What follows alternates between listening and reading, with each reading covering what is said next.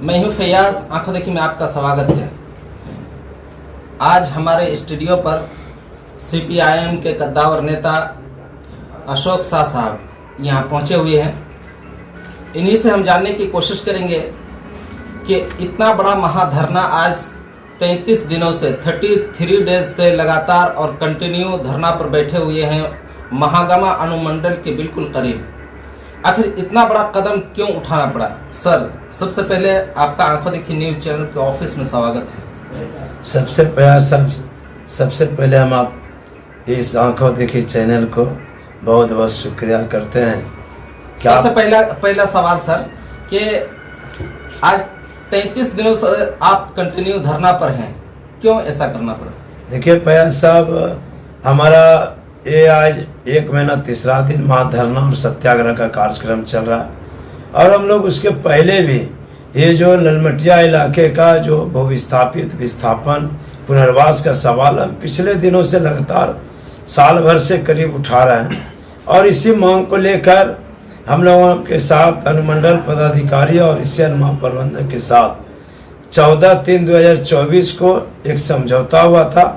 और उस समझौता में साफ स्पष्ट था कि इस इलाके का जो जमीन एशियन के द्वारा ली जाती है उसमें जो है आज तक पक्का पर्चा नहीं मिल रहा है। हम लोगों ने कहा कि भाई जब ये माइंस बुआरीजोर के आसपास जाएगा, कल उस जमीन पर जाति और निवासी का जरूरत पड़ेगा, तो उस जमीन पर आप जो जमीन का जो कागज एशियन के द्वारा देते हैं उस जमीन पर जाति निवासी नहीं बनेगा और किसी तरह का आवास योजना किसी भी प्रकार का उस जमीन पर मैंने रैयत का काम नहीं होगा। तो हम लोगों का मांग है कि आप ये कागज अंचल अधिकारी, एसडीओ साहब, डिप्टी कलेक्टर के माध्यम से सरकार की ओर से कागज मिलना चाहिए। और जिस जमीन पर जिस आदमी को प्लॉट दिया गया उसका भक्ति सत्यापन करके उसको एक पक्का स्टेट गवर्नमेंट की ओर से रसीद मिलना चाहिए ताकि उस जमीन पर जाति निवासी बन सके। ये मुद्दा था मेरा। दूसरा मुद्दा था कि इस इलाके में जब ये माइंस खुल रहा था उस समय भी एक ITI कॉलेज का निर्माण कराया गया था।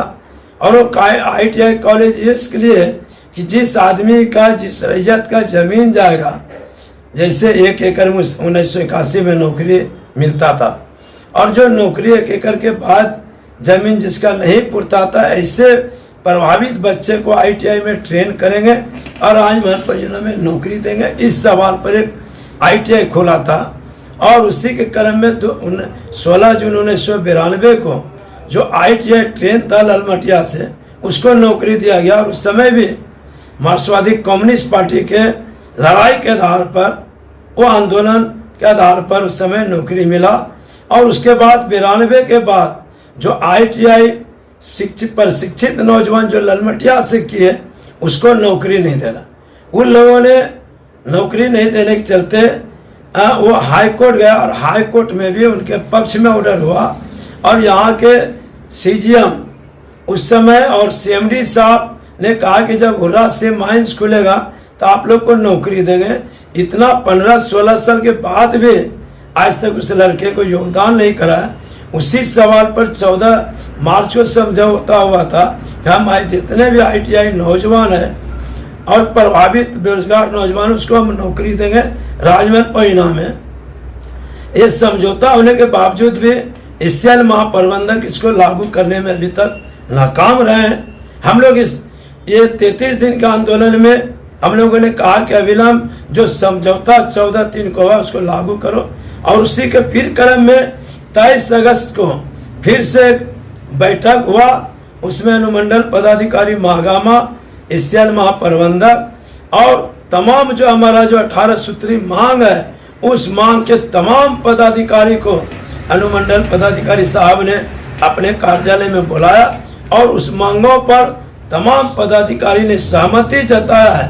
सबसे पहला जो 14 तारीख का जो एग्रीमेंट था 14 मार्च का, उस समझौते पर एशियन के जो प्रतिनिधि गए थे बैठक में, उन्होंने कहा कि आप कागज पत्र हमको ऑफिस में उपलब्ध कराइए, हम जांच करके उसको योगदान कराएंगे। लेकिन हम लोगों ने रविवार को किए हैं, आज अभी हमने प्रयास कर रहे हैं उनसे बात करने का, वो क्या कहते हैं योगदान करते हैं या नहीं करते हैं। नहीं करने के बाद फिर हम लोग आगे की रणनीति बनाएंगे।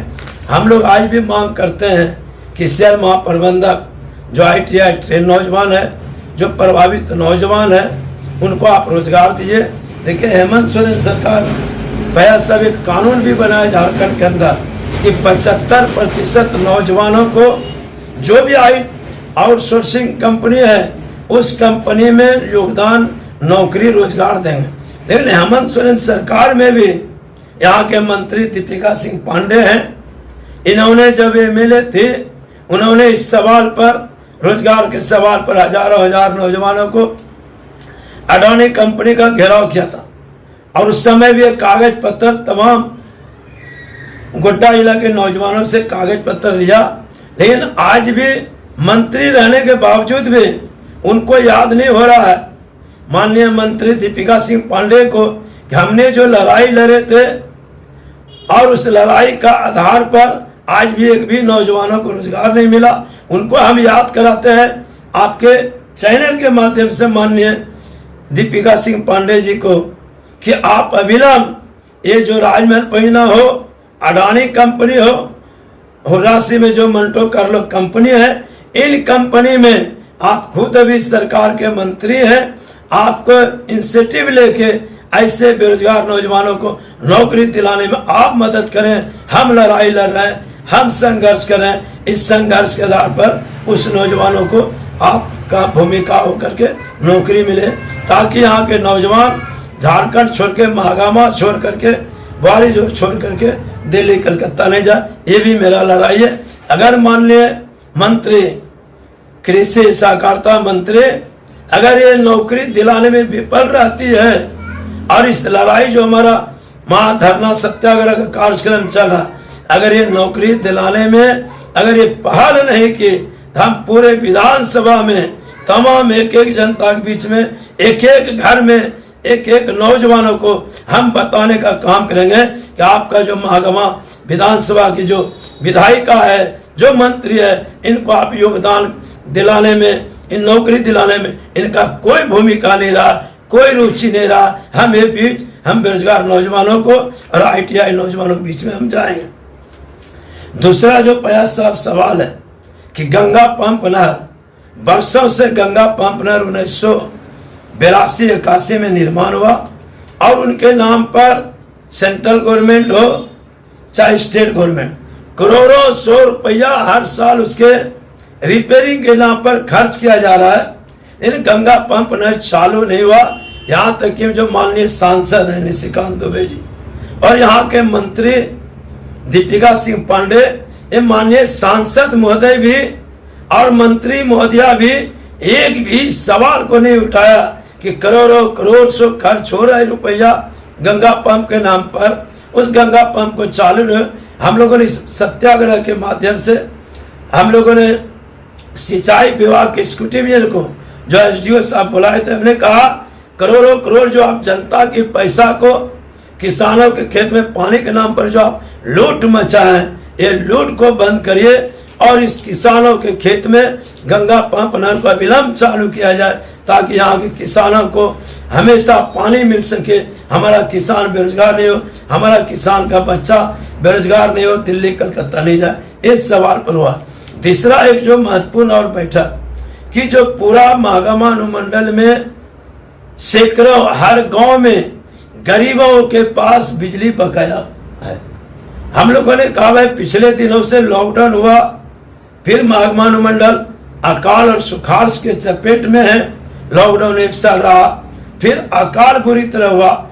ऐसे जो गरीब जो बकाया बिजली बिल नहीं दे रहा है, ऐसे गरीबों को तमाम तरह का जो बिजली बिल है माफ करिए। उसमें कार्यपालक विद्युत अभियंता ने कहा है कि आप सूची उपलब्ध कराइए, तमाम गरीबों का हम बिजली बिल माफ करेंगे। ये सरकार ने भी तो ऐलान कर दिया।